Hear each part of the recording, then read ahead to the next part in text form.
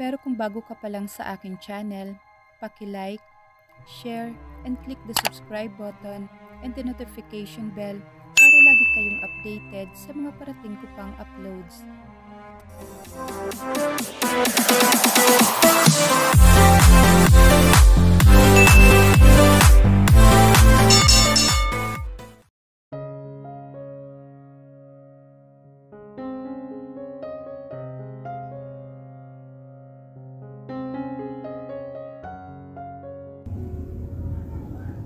Nasaan ka? Akala ko tutulungan mo ako mag-bake. Tanong ni Jessica kay Ethan na nasa kabilang linya. Kahatid lang niya sa mga magulang sa airport para sa Palawan trip ng mga ito. Nasa isang coffee shop, kausap ko lang si Chloe para sa isang report. Sagot nito. Agad na kumunot ang noo ni Jessica. Pilit na inaalalang mukha ng Chloe na sinasabi nito. Si Chloe Ilagan? Tanong niya. Isang baguhang journalist si Chloe. Oo, pagkatapos ng meeting namin pupuntahan kita. Nasaan ka? Daanan na kita. Pauwi pa lang ako galing airport eh. Imbis ay sabi niya, sinabi naman nito ang lokasyon kaya dumiretso na siya roon. Madali naman niyang nakita si Ethan. Nakatalikod ito sa pwesto niya. Katabi si Chloe na nakatalikod din sa kanya dahil dikit na dikit ang dalawa sa isa't isa. May pinapanood yata ang mga ito. Halos magkalapit na ang mga mukha. Hindi kaya si Chloe ang sinasabi ni Ethan na crush nito? Naglakad si Jessica palapit sa dalawa. Hi! Pukaw niya sa atensyon ng dalawa. Jessica, nandyan ka na pala. Ani Ethan. Hindi, wala pa ako. Picture ko lang to. Hi Jessica. Nakangiting bati ng babae. Maganda si Chloe, misty sa beauty, yung tipo ng gandang mukhang Santa. Hindi makabasag pinggan, may resemblance kay Ada. Natigilan si Jessica nang maisip yon. May resemblance si Chloe kay Ada kaya to nagustuhan ni Ethan. Ngayon ay alam na niya. Maupo ka muna? Ani Ethan, malapit na kaming matapos. Naupo nga si Jessica at saka nginitian si Chloe. Take your time guys, hindi naman ako nagmamadali. Nagkaroon na ng sariling mundo ang dalawa at hindi siya kasali roon. Sana pala'y hinintay na lang niya si Ethan sa bahay kaysa nagpumilit pang puntahan to dahil hindi niya lang magugustuhan ng mga makikita. Halos 30 minuto ring tinangahan ni Jessica ang dalawa bago natapos ang meeting. Nang nasa biyahe na sila ni Ethan patungo sa bahay nila ay wala siyang imik.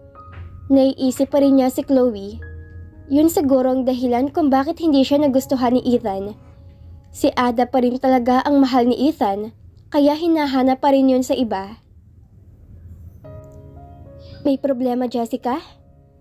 Narinig niyang tanong ni Ethan kaya nilingan niya. Wala naman. Aniya saka pilit niyang umiti. Kanina ka patahimik. Naiinis ka ba dahil pinaghintay kita? Nag-aalalang tanong ni Ethan. Hindi ako naiinis sa ganoong kaliit na bagay. Napapailing na sabi niya. Kung ganon, bakit ka ganyan? May nagawa ba ako? Wala. Ang paranoid nito.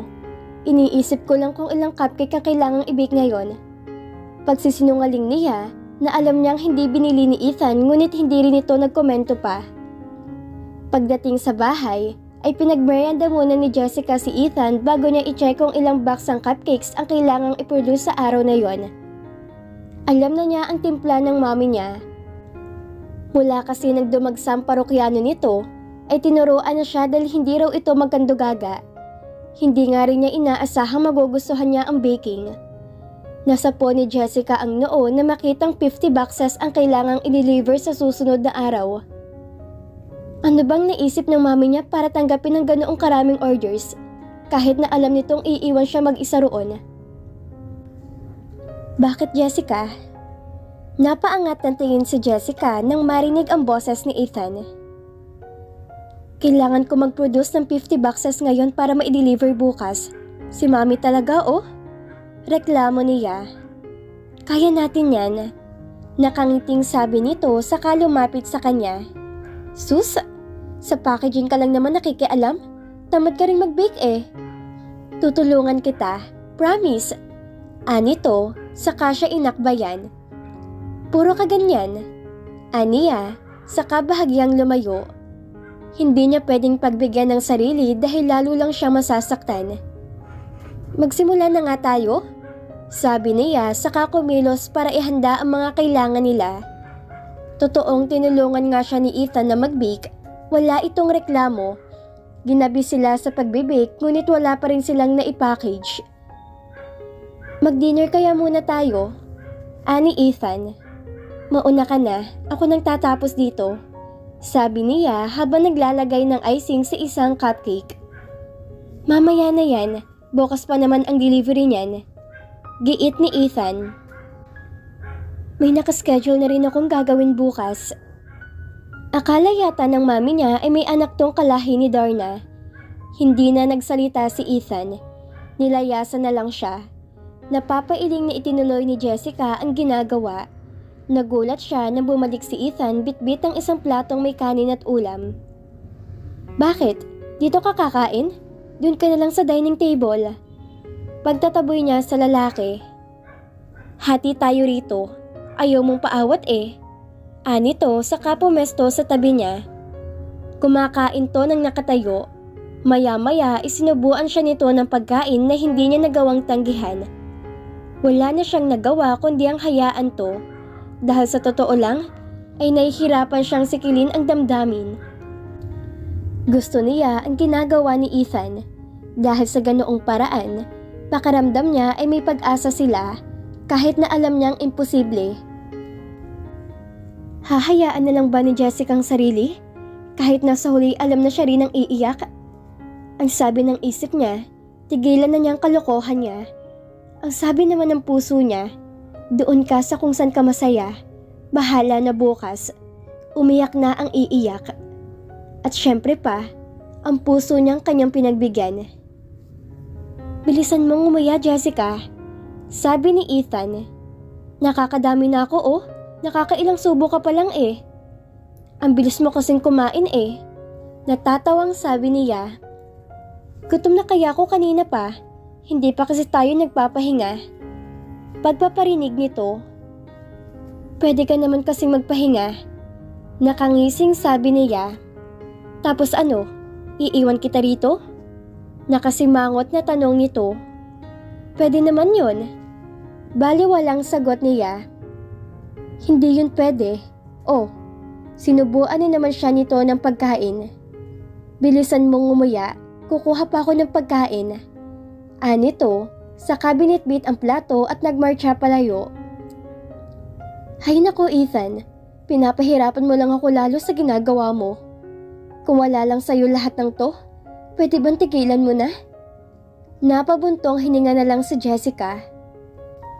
Sana'y may isatinig niya ang mga salita ngayon. Sana. Akala ko maliit lang ang Casa Maria. Ani Jessica sa hipag na si Ellie. Nasa Tagaytay sila para sa launching ng Casa Maria. Isang lugar para sa iba't ibang klase ng events na pag-aari ni Ronnie Reyes. Hindi ko rin alam na ganito to kalaki. Ani Ellie. Inililibot nila ang paningin sa Casa Maria. Mula sa kinatatayuan nila ay tanaw din ang Bulkang Taal. Napakaganda at napakalaki ng lugar. Magandang pagdausan nyo ng malalaking kasalan at parties. Alam mo ba kung sinong unang gagamit ang lugar na to? Sino? Dito gaganapin ang kasal ni Gabi Hunyo sa mga susunod na buwan. Excited na pagkukwento ng hipag niya. Wow! Really? Nanlalaki ang mga matang tanong niya. Kapag magpapakasal ka, dapat dito rin. Nakangising sabi pa ni Ellie. Kanina naman ako magpapakasal? Natatawang tanong ni Jessica. Sa kanya. Anito, na inginuso ang papalapit na si Ethan. Napapailing na napapangiti na lang siya. Maiwan ko muna kayo. Hahanapin ko lang yung asawa ko. This is a nice place, komento ni Ethan nang silang dalawa na lang. Parang lalo kong na-inlove kay Ronnie. Pabirong sabi ni Jessica. Sinamangutan agad siya ni Ethan at maya-maya pa'y umiling na parang hindi makapaniwala sa kanya. Tinawanan niya lang ito. Sasali nga pala ang team namin sa International Volleyball Competition sa Spain next year. Pagbabalita niya. Alam ko, na-interview ko na sa phone ang coach nyo bago pa kita sunduin sa inyo. Sa tingin mo, kaya namin? Number 1 ang team nyo sa Asia. Kayan ka pa ba magdududa sa kakayahan nyo? Ani Ethan, saka siya niyakap. Kung para saan yun ay hindi niya alam, ngunit hindi siya bumitaw. Her heart told her not to. Maya-maya pa ay bumitaw na rin to sa kanya para lapitan si Ronnie. They congratulated him on his new milestone. Tiwala si Jessica na hindi pa roon natatapos ang pag-explore ni Ronnie sa negosyo. He was a risk-taker, a brilliant businessman. Hindi rin sila nagtagal ni Ethan sa event na yon dahil dadaan na sila sa Batangas para dalawin si Ada. Total ay nasa Tagaytay na rin sila. Dumaan muna sila sa isang flower shop bago nagtungo sa sementeryo. Papadilim na makarating sila roon. Tulad ng dati, ay tahimik sila kapag naroroon. Pati ni Jessica na kapwa nila kinakausap si Ada ng tahimik. Sino kayang pinakikinggan ni Ada sa kanilang dalawa? Hi Ada, pasensya na pero mukhang hindi talaga mangyayaring wish mo noong nabubuhay ka pa. Wala kaming pag-asa nitong si Ethan dahil hanggang ngayon, ikaw pa rin ang hinahanap niya. I'll never be you. Alam mo yan. Pero wag ka mag-alala. Dahil hindi naman ako mawawala bilang kaibigan niya. Wag ka malulungkot ha. Pero ganun yata talaga. Hindi napipilit ang damdamin. Hindi ko ipipilit ang damdamin ko sa kanya. Okay na ako nakakasama siya kahit paano. You know what? I think you're the luckiest woman. Kasi may isang Ethan na nagmamahal sa'yo ng totoo at walang hanggan. Yan na nga kinakatakot ko. Tuluyan ang nahulog ang loob mo kay Ethan. Pananermo ni Jessica ni Alexandra nang dalawin niya ito sa condo unit sa Makati. Wala namang masama ron, di ba? Walang masama kung hindi ka masasaktan. Tingnan mo nga, ikaw ang may sabi, si Ada pa rin ang gusto niya. Hindi naman ako umaasa eh. Baliwalang sagot ni Jessica. Huwag kang ipokrita, Kaz. Walang nagmahal na hindi umasa balang araw imamahalin din siya ng taong mahal niya. Napayuko na lang siya dahil tama to. May mga damdamin talagang mahirap pigilan, Kaz. I know. Anito saka naupo sa tabi niya. Lilipas din yan. Sana nga. Aniya sa kapilit ng umiti. Pagkatapos ng ilang oras na pakikipagkwentuhan sa pinsan, ay nakipagkita siya kay Ethan sa The Fort. Bigla siya nitong tinawagan upang tanungin kung nasaan siya. At nang sabihin niyang nasa Makati siya, ay nagayatong lumabas sila. Minsan, napapagod na rin si Jessica sa ganoon. Yung palagi siyang nagkukumahog na makasama si Ethan nang wala tong kamalay-malay. Yung isang sabi lang nito ay nagmamadali siya.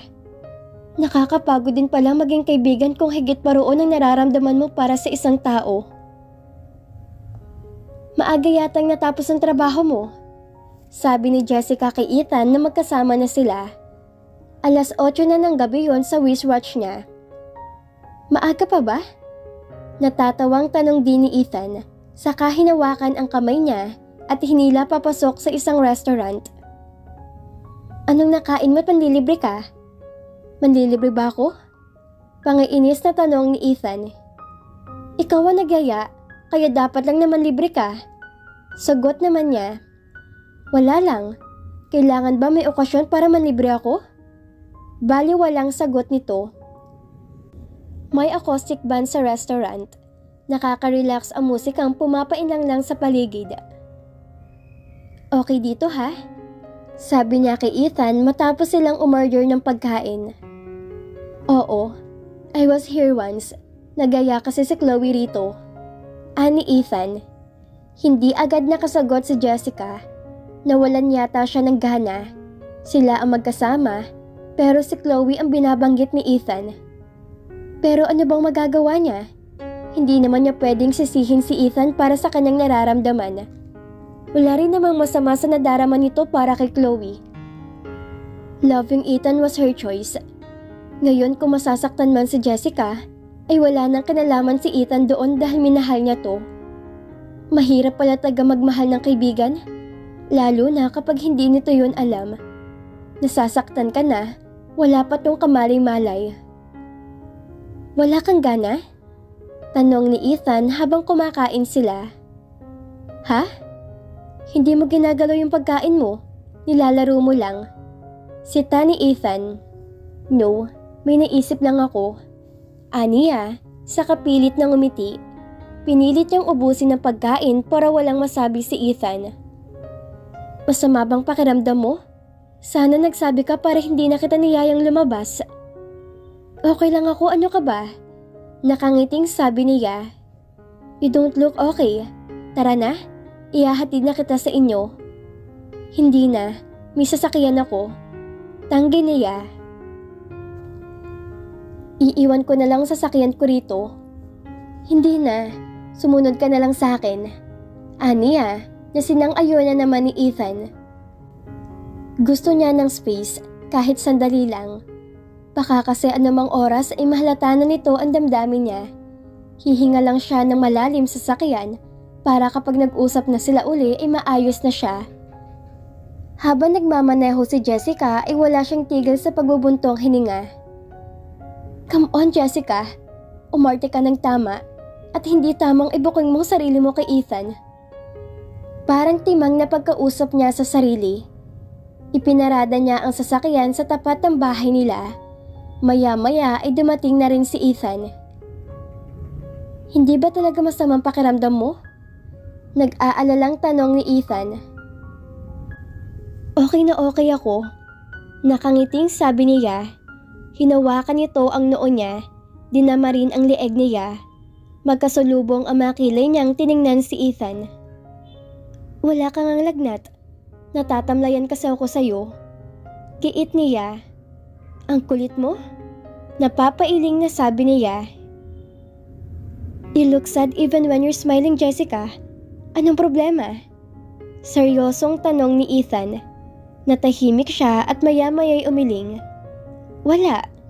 Nagulat siya nang yakapin ni Ethan. Ngunit saglit lang ay parang nasanay na siya sa init ng katawan ng binata. Iniyapos niya ang mga braso rito. Pwede ba siyang umiyak? At kapag nagtanong si Ethan kung bakit siya umiiyak, isasagot siyang wala lang? Kung ano man ang problema na ayaw mong sabihin sa akin, alam kong kaya mo yan, Jessica. Ani Ethan habang nakayakap pa rin sa kanya. Ilang minuto rin silang ganoon bago siya binitawan ng binata. Ngunit sinapo naman na magkabilang palad ang kanyang mga pisngi. May sasabihin to, bumuka kasi ang bibig ngunit natigilan. Napalunok si Jessica na makita ko saan nakatingin si Ethan, sa mga labi niya. Hahalikan ba siya nito? Natotorete ang utak niya sa isiping yun. Kung mangyari man ay wala siyang tutol. Dahang-dahang lumapit ang mukha nito sa kanya. Nang dumampi ang mga labi ni Ethan sa mga labi niya ay napapikit siya. His lips moved slowly against hers and Jessica imitated him. When he deepened the kiss, she put her arms around his neck. Nakakapanlambot kasi ang mga tuhod sa sensasyong dumadalaw sa sistema niya. Ngunit naputol ang lahat sa pagitan nila na matauhan si Ethan. Ang bulta-bultahing kuryente ay nawala. Tumigil sa pag-aawitan ang mga anghel at tumila sa pag-ulan ang rosas sa imahinasyon ni Jessica. I'm sorry, ani Ethan. Para na rin siyang sinampal nito sa mga salitang yon. Are you sorry because you kissed me? Yes, I mean, it hurts to explain, Jessica. Linawin na lang natin, Ethan. Ano ba ako sa'yo? Ano ba tayo? Pagkatapos ng halik na yon, magkaibigan pa rin ba tayo? Diretsang tanong na niya. Masakit na sa dibdib na kimkimin ang kanyang damdamin. Hindi na niya kaya. Aalis na ako, Jessica. I'm sorry. I'm really sorry. Parang gulong-gulong sagot ni Ethan. Nang puntong yon, ay naisa na Jessica na umiyak sa harap nito. Ngunit hindi niya ginawa. May pride pa naman siya. Hindi na rin niya hinintay na sumagot pa si Ethan. Siya na ang mismong tumalikod. Alam na niyang wala tagang katugon ang kanyang damdamin para dito. Ngunit masakit lang na ipinamukha pa nito yun sa kanya.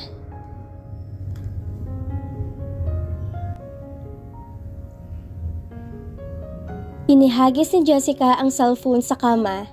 3 araw na mula noong mangyari ang pesteng halik sa pagitan nila ni Ethan. At mula noon, ay hindi na sila nagkausap pa. Nag-iisip siya kung tatawagan ang binata, ngunit nagdadalawang isip pa siya. Wala naman kasi silang pag-uusapan. Anong sasabihin niya kay Ethan? Kalimutan na nilang halik na yon at isiping walang nangyari? Magpapanggap sila na okay lang ang lahat kahit pa pareho nilang alam na may nagbago.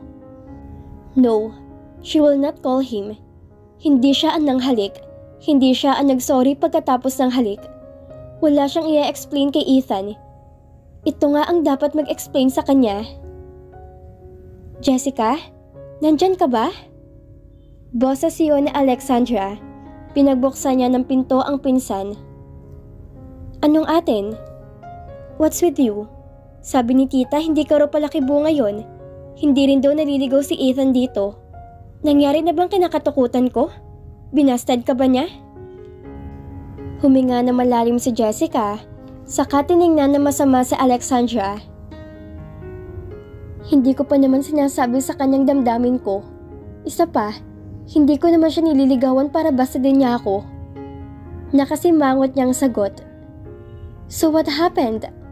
Tanong nito. Sumampa pa sa kama niya. Sumandal to sa headboard at kinuhang isang unan para ipatong sa mga hita. Hindi ko rin alam.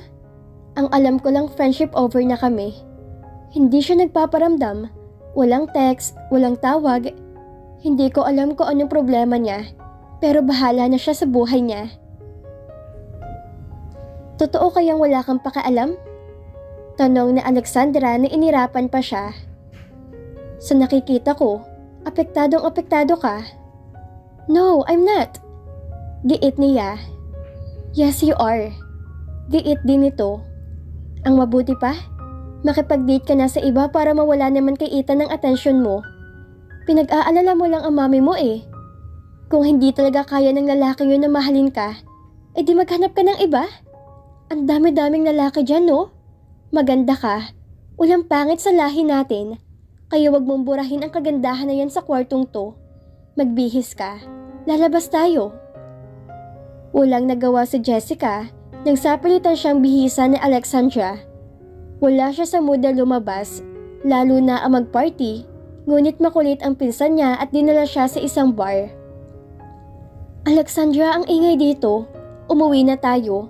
O kaya maghanap na lang tayo ng ibang lugar. Wag ka nga, KJ. Minsan lang naman to. Mag-enjoy ka. Come on, let's drink. Ngiting-ngiting sabi ng pinsan niya, saka hinawakan ang kanyang kamay upang hilahin patungo sa bar counter. Umorder to ng cocktail drinks para sa kanilang dalawa. Umiinom naman si Jessica ng ganoon dahil hindi yung purong alcohol kaya tinanggap na lang niya ang inabot nito sa kanyang inumin. Ang magaling niyang pinsan ay iniwan siya na may magayari itong sumayaw. Sinama siya roon para magmukmuk din. Sana hinayaan na lang siya sa bahay. Napapailing na ibinaling na lang ni Jessica ang mga mata sa cocktail drink niyang halos paubos na. Jessica Perez? Nilingon ni Jessica ang bumanggit sa pangalan niya. Kilala niya to, si Ivan Rivera, anak ng isang senador na kaibigan ng daddy niya. Ilang beses na rin niyang nakita si Ivan sa mga pagdiriwang at events na pinangungunahan ng mga ama nila. Ivan, ikaw pala. Bati niya sa lalaki, sa kapilit ng umiti. Naupo ang lalaki sa high stool na nasa tabi niya. Kamusta na? Nakangiting tanong nito. Okay naman. Bali walang sagot niya. You look lonely. Diretsyang sabi ni Ivan. Ngumiti lang si Jessica ng pilit. Hindi niya gustong pag-usapan ng kabiguan niya. Hindi yun dapat ipagmalaki. Masyadong maingay dito? Labas kaya tayo? Hindi na tumanggi si Jessica. Wala rin naman siyang ginagawa sa loob ng bar kundi tumunganga. Naglakad-lakad sila ni Ivan habang nagkukwentuhan at nalibang naman siya. Nasa gilid sila ng kalsada na hindi masyadong dinadaanan ng sasakyan. Marami-rami din ang mga puno sa nilalakaran nila na parang sinadya bilang disenyo ng daan.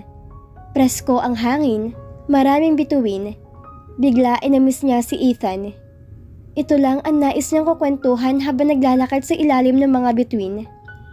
Huminto si Ivan sa paglalakad at sumandal sa isa sa mga puno. May gusto kong aminin sa'yo. Anito. Ano yon? Matagal na kitang gusto kaya lang hindi ako nagkakaroon ng chance na makipaglapit sa'yo. Nakaka-intimidate ka kasi. Anito na bahagya pang nakangiti. Kung binobola mo ako, tigilan mo na. Ani Jessica. Seryoso ako.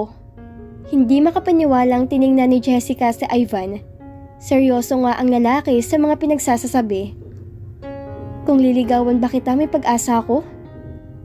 Ano bang pinagsasabi nito? Siyempre wala. I'm sorry, Ivan. Nakangiwing sagot niya. Naging disaster pa yata ang pagsama niya sa lalaki. Why? Ano bang wala sa akin na meron ng pipitsuging journalist na lagi mong kasama? Ani Ivan sa tonong hindi niya nagugustuhan. Paduguin na kaya niyang bibig nito? Pipitsugin? Si Ethan? Kahit masama ang loob niya sa lalaking yon, walang karapatan sa Ivan na maliitin to. Paano mo nalaman ng tungkol kay Ethan? Tanong niya kay Ivan habang tinitingnan to na masama. Maliit lang ang mundong iniikutan natin, Jessica. So, totoo palang mga balibalita? Hindi siya bagay sa'yo. He's nothing compared to us, Jessica. Pumikit ng mariin si Jessica dahil nag-iinit ng todo ang ulo niya. No, Ivan. You are nothing compared to him. Alam mo, ang akala ko matino ka. Katulad ka rin pala ng ibang mayayaman na kung umastay para mga Diyos. Kung maliitin mo si Ethan, ay parang kilala mo siya. Para sabihin ko lang sa'yo ha, wala ka sa kalingkingan niya. Gigil na sabi niya saka tinalikuran sa Ivan. Sinundan siya nito, ngunit hindi na nilingon. Nang maabutan siya ni Ivan, imahigpit na hinawakan nito ang kanyang braso. Pilit niyang hinihila ang braso para mabitawan siya nito. Ngunit sobrang higpit na pagkakakapit si Ivan sa kanya. Kahit na malaki siyang babae, ay mas malakas pa rin to sa kanya. What did you say? Halos mag-isang guhit na lang ang mga kilay nito. Sabi ko, wala ka sa kalingkingan ni Ethan. Hindi siya katulad mong matapobre. May pera ka lang. Yun lang ang meron ka. Yun lang ang pwede mong ipagmalaki. Hindi mo yun matanggap? Pes, tanggapin mo na dahil yun ang totoo. Palaban niyang sagot. Bisit na bisit siya sa lalaking to. Ganon. Nakangising sabi ni Ivan, saka isinandal si Jessica sa isa pang puno na naroroon. Hinawakan nito na mahigpit ang mga pulupulsuhan niya. Hindi lang perang kaya kong ipagmalaki, Jessica. I'm also a good lover. Wanna try me? Anito sa nakakakilabot na paraan. Nandidiri siya rito. Pitiwan mo ako kundi sisigaw ako.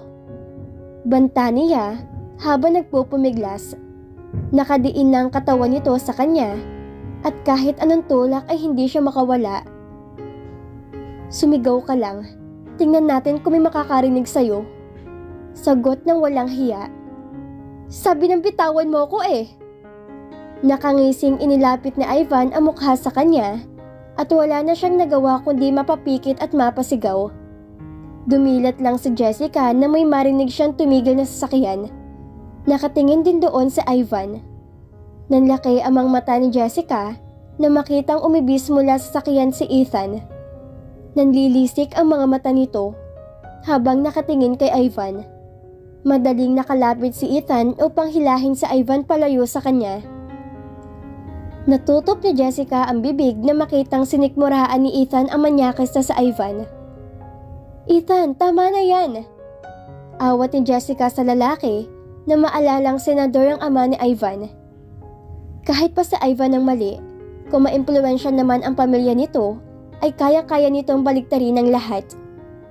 Sinuntok pa ulit ni Ethan sa Ivan sa mukha, parang hindi siya nito naririnig. Nilapitan niya si Ethan at hinawakan sa braso. "Tama na," mariing sabi niya sa lalaki. Hindi siya nag-aalala kay Ivan. Natatakot siya para kay Ethan kapag nagsumbong ang walang yang Ivan sa ama nito. "Naiganti mo na ako. Tama na." Tiningnan muna na masama ni Ethan sa Ivan bago hinawakan ng kamay niya at hilahin patungo sa sakyan nito. Walang imik si Ethan habang nasa biyahe sila at ganun din siya. Wala siyang salitang maisip na sambitin. Si Ethan ang hindi nakatiis. Pinagalitan siya nito. "Ano bang ginagawa mo sa lugar na yon? Dis oras ng gabi nasa kalsada ka. Paano kung hindi ako dumating? Dinarape ka na ng tarantadong yun?" "I went to a bar with Alexandra. Nabore ako. Kaya nangyayain ako ni Ivan lumabas. Sumama ako. Akala ko okay siyang kasama, pero manyak pala." Sagot ni Jessica. Akala? Akala mo okay? O ano ngayon ang napala mo?" Inis na tanong pa rin ni Ethan. "Sa tingin mo ba gusto ko nangyari? Saka teka, bakit ba ako nag-e-explain sa'yo? Ikaw nga, hindi nag-explain sa akin nung halikan mo ko. Bigla ka pang nawalang parang bula. Tigilan mo na ngayong pag-astang concern ka sa akin? Dahil pareho lang naman kayo ni Ivan. Pareho kayo mapagsamantala sa kapwa." Panunumbat niya sa lalaki. Hindi sumagot si Ethan. Hindi na ito umimik hanggang sa maihatid siya sa bahay nila. Nang mapagtanto niyang wala ring balak na lumabas ang binata mula sa sakyan, ay kusa na siyang bumaba mula roon nang hindi nililingon si Ethan. Tinawagan na lang ni Jessica sa Alexandra para sabihing nakauwi na siya. Ikinuwento niya rin sa pinsan ang ginawa ni Ivan, ngunit hindi na nagdetalye pa dahil wala siyang gana. Mas gusto niyang humiga sa kama at pilitin ang sariling matulog, kahit na alam niyang mahihirapan siyang gawin yon. "Sorry, Kaz," ani Alexandra nang puntahan siya nito sa bahay kinabukasan. "It's okay. Wala kang kasalanan. Sadyang walang hiya lang yung Ivan na yon." Baliwalang sagot ni Jessica. "Ang mabuti pa, samahan mo na lang ako sa Tagaytay. Nagpapadeliver si Ronnie ng cupcakes sa Casa Maria. May event daw." "Bakit ikaw magdi-deliver?" Nagtatakang tanong ni Alexandra. "Utos ni Mami. Hindi kasi may di-deliver ni Mang Larry ang lahat kung pupunta pa siyang Tagaytay. Isa pa, feeling ko gusto lang ni Mami na malibang ako, kaya hindi na ako tumanggi. Wala rin namang magawa rito sa bahay eh." "Fine." Tig-anim na boxes ang bitbit nilang magpinsan pagbaba ng sasakyan. Natatawa na lang si Jessica nang marinig ang sangkatutak na reklamo ni Alexandra. Tumigil lang ito nang mapansin ang mga pulang rose petals sa nilalakaran nila. "Anong meron?" Nakangiting tanong ni Alexandra. Nagkibit balikat si Jessica. Hindi naman nabanggit ni Ronnie kung anong event. Ang gazebo ang tinutumbok ng mga petals. Doon din sila pupunta para i-deliver ang mga cupcakes. Hindi kaya late na sila sa event? "Kaz, bilisan natin. Nagsisimula na yata ang event. Late na tayo." May pagmamadaling sabi niya sa pinsan. Naglakad naman to ng mabilis na tulad niya. Natigilan si Jessica nang makitang walang tao sa gazebo pero may isang banner doon. "Jessica, I'm sorry." Yun ang nakasulat sa banner. Nagtatakang nilingon niya sa Alexandra. "Baka nandito sa Ivan," ani Alexandra. Napangiwi si Jessica sa sinabi ng pinsan. Kung sa Ivan ang may pakulo na yun, kailangan na nilang lisanin ng lugar dahil ayaw niyang makitang pagmumukha ng lalaki. Napaigtad siya na may kantang pumainan lang sa paligid pero wala namang tao. "Hindi pala si Ivan, Kaz," nakangiting sabi ni Alexandra. Nilingon ni Jessica kung saan nakatingin ang pinsan at nakita niyang si Ethan. Kahit inis pa rin sa lalaki, ay hindi niya maiwasang kabahan. At sa tingin ko rin, kailangan ko munang umeksik sa eksenang to. Dagdag ni Alexandra saka inilapag sa mesang nasa gazebo ang mga cupcakes at nilayasan na siya. Para saan to? Malamig na tanong ni Jessica kay Ethan nang sila na lamang dalawa. Sa totoo lang, ay front lang niya yon. May inis pa ba siya kung nag-effort to para lang mag-sorry sa kanya? Sorry na, pakiyot na sabi ni Ethan. Nangingiti na siya pero pinigilan niya ang sarili. Dahil alam kong nasaktan kita. Dahil bigla akong nawala. Sinserong sagot nito. Kinuha ni Ethan ang mga bitbit niyang cupcakes at inilapag ang mga yon sa kung saan. Bakit ba bigla kang nawala? Dahil nag-isip ako, may mga bagay lang akong kinailangang siguraduhin bago ako makipag-usap uli sa'yo.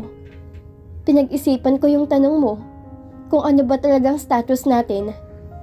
I have to make it clear to myself. Naguguluhan pa kasi ako nung gabing yun. Pero ngayon, sigurado na ako. Hinawakan ni Ethan ang dalawang kamay niya. Sigurado na akong mahal kita, Jessica. Hindi lang bilang kaibigan. Natulala na lang si Jessica sa narinig. She did not expect that. Ang akala niya ay magsosorry lang to. Yun lang. Nang mawala si Ada, sabi ko sa sarili ko, hindi na ako ulit mag-i-invest ng feeling sa isang babae. Hindi na raw kasi dapat mag-invest ng panahon sa mga bagay na pabago-bago, na hindi permanente. Kaso na-realize kong hindi magbabagong nararamdaman ko para sa'yo. Sigurado ka ba sa sinasabi mo, Ethan? Oo naman. Pinag-isipan ko tong mabuti. Pinaglabanan ko rin tong nararamdaman ko. Kaya lang hindi ko kinaya eh. Paano bang hindi kita mamahalin? Yang dali-dali nung gawin. What about Ada? Hindi ba? Siya pa rin ang hinahanap mo? Kamukha niya si Chloe kaya ka nagkagusto ron, diba? Nakalabing sabi ni Jessica. Wala akong gusto kay Chloe. Pero siya yung katrabahong crush mo, diba? Kunot ang noong tanong niya. Nagsinungaling ako nang sabihin kong katrabaho kong crush ko. Ikaw ang gusto ko. Hindi ko lang maamin sa harap mo.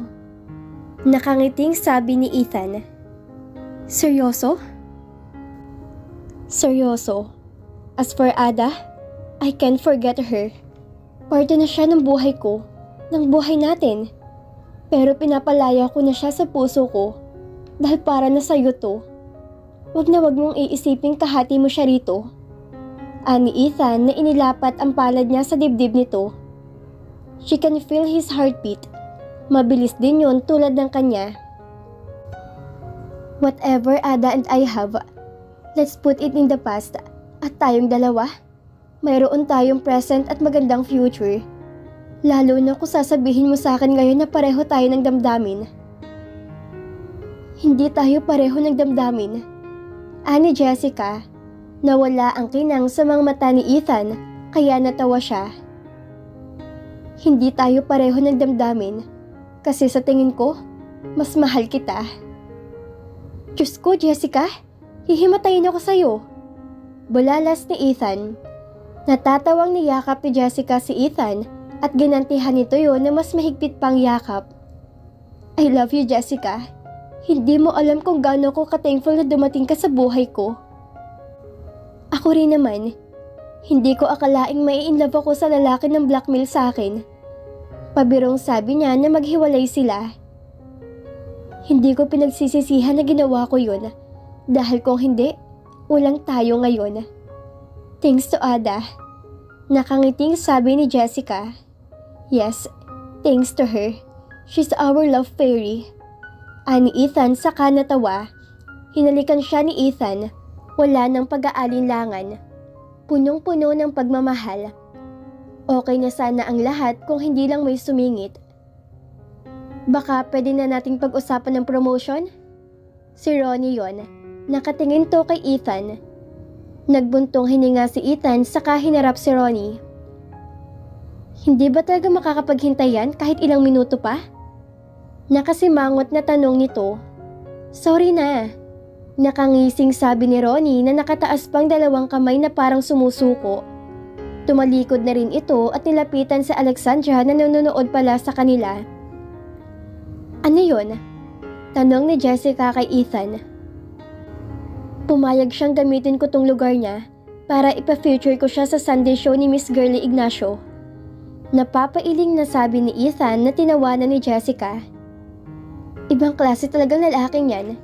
Anyway, ang ibig bang sabihin nito ay boyfriend na kita? Nakangiting tanong niya. Imbis na sumagot, inilapitan ni Ethan ang mga boxes ng cupcake at binuksan ang mga yon. Nagulat si Jessica na makitang may mga letrang nakasulat sa ibabaw ng ibang cupcake at nang pagdikit-dikitin na yon ni Ethan, I will you marry me, Jessica, ang nabuong salita. If you say yes, then I won't just be your boyfriend, I'll be your fiancé. Nasaan ang singsing? Nakataas ang isang kilay na tanong niya. Nakangiting inilabas ni Ethan mula sa bulsang isang pulang kahita. Inagaw yun ni Jessica mula rito. Siya na ang nagbukas at kumuha ng singsing. Isinuot niya yon sa kanyang palasingsingan. Kailangan ko pa bang sumagot? Tanong niya. Tumawa si Ethan at maya-maya pa'y hinalikan siya. Hindi pala pinipilit ang happy ending. Mas masarap pala yun kapag nahinog ng kusa, kapag nasa timing, kapag hindi inaasahan.